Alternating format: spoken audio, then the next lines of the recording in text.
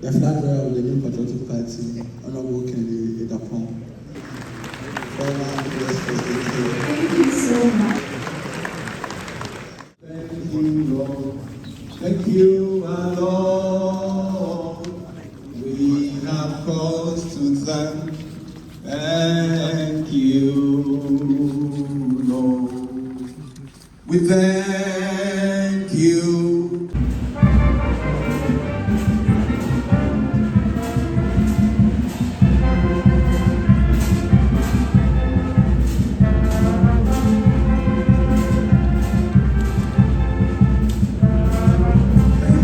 So today I'm here for this.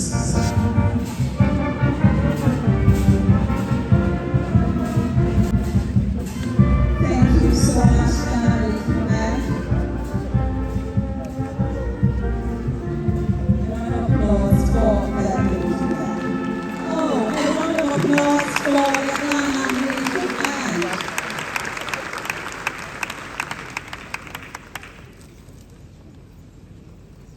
We are here for a certain conversation. We are here for emerging leaders. We are here to build our nation.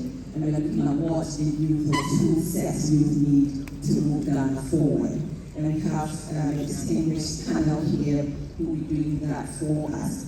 We strictly asking all speakers to speak within time, less than 5 minutes, so that we can have conversations, proper conversations here, and then the audience can also have their questions. Our first speaker for the day is Honorable Frank Amoakohene. The flag bearer of the New Patriotic Party, Honorable Kennedy Agyapong. Former US President.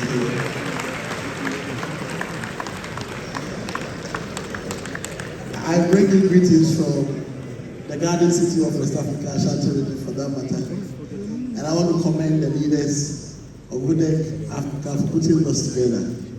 As a former student and youth leader, I know what it takes and what goes into planning of these kind of events, so you don't take it lightly.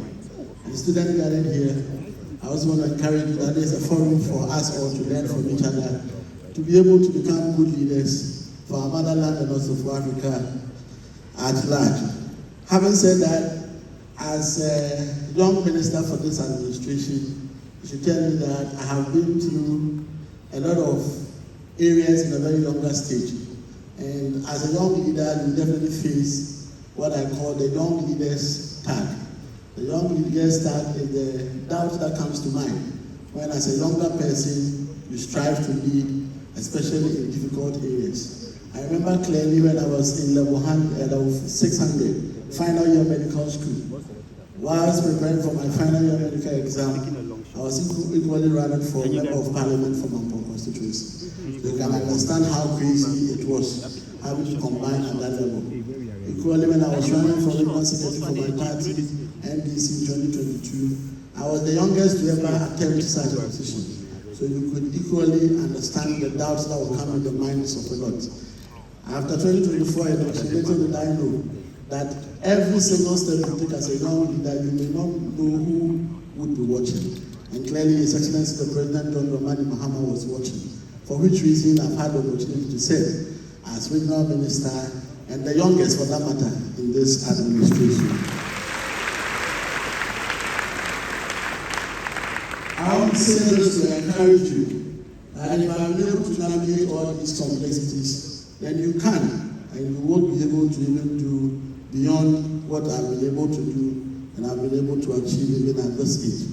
The short topic I was given was youth empowerment through political journey in Ghana. So when it comes to political journey in Ghana, no one would feed you with spoon and cup unless you paired yourself and distinguish yourself as a youth leader. And clearly, you would have to take advantage of the opportunities within the leadership setup of the country to be able to build yourself to that level where great leaders would notice you and be able to project you to that pedestal. Youth empowerment is young people having the power and the tool to shape their own future. So having the tool, having the power to be able to shape your own future. And then it's important for us for a couple of reasons. I'll pick just 4 of them. It will help you understand the process of nation building. So whenever a youth is brought on the table of decision making, it helps us know how it is done. And whilst we know how it is done, it helps us own the future, because we are part of the process of creating that future and developing our motherland. And also helps us to take responsibility. And the ultimate for me is that it teaches you what we call troubleshooting. Whenever there is a problem, you will not throw your hands in despair, or you will not give up. You would be able to stand and make sure that you solve each and every single problem, because you are part of the process of making sure we build the future that we all want. Here in Ghana, and upon examining our laws, I've noticed that all our affirmative laws are gender-based. There is no deliberate affirmative law that is youth inclined, instead of in terms of holding governments, in terms of quota for youth participation in leadership, among others. So it means that our laws have given youth leadership and youth participation in leadership at the discretion of the president and the leaders when elected. However, when it comes to the entrepreneurship aspect, skill development, definitely there is YA, there is NEIP to help with that aspect. When it comes to leadership and participation of the youth, there is not much to be said about that. So the first thing and the first advocacy is that from here, VODEC, probably together with the leadership of the Parliament of the Republic of Ghana, you can see how best we can be deliberate in making sure there are affirmative actions, in making sure clear goodness are found for the youth leadership in Ghana. Despite that, the NYA, that's the National Youth Authority, through the National Youth Policy 2010 and as revised in 2022, provide avenues for more like a mentorship platform at the basic level for youth parliament, youth brigades, among others, to be able to mimic what is done at the leadership level. And we believe so much that governments, and for that matter, successive governments, will make sure the youth, NYA, that the youth national authorities is empowered to be able to decentralize more and do this effectively. Beyond all this, at the school level, there are opportunities in making sure that I see a lot of students here. You take advantage and also be able to participate the little you can at each level of your training. At the basic level, those of you who have kids at the basic level, let them run for head girl, head boy positions. It really helps and grooms them at that level. At the high school level, there is the SRC that represents students at that level, or youth at that level. At the universities, there are SRCs, there are JCLs, there are other unions that form under NUCs, i.e. UPSA, GAPS, NACS, NASAC, GRASAC, and then ultimately across Africa, we have what we call the All African Students Union, ASU for that matter. The nurses here, you have one under GIMTA. The teachers here, you have one under TAG. These are all avenues for you to be able to groom your leadership potentials moving through the leadership ladder. The religious leadership and the religious bodies equally have youth groups and youth leadership at that level that help us and teach us and also groom us to be good leaders. I'm a proud member of the Church of Pentecost, and I've served as a youth leader before, so I really know practically what they invite in us as youth leaders. At the local government level, we have the unit committees. So don't say that you are a graduate, so you are beyond forming or being part of the unit committees. We have the aerial councils, we have assembly members, which you can still run and be part of the district assembly.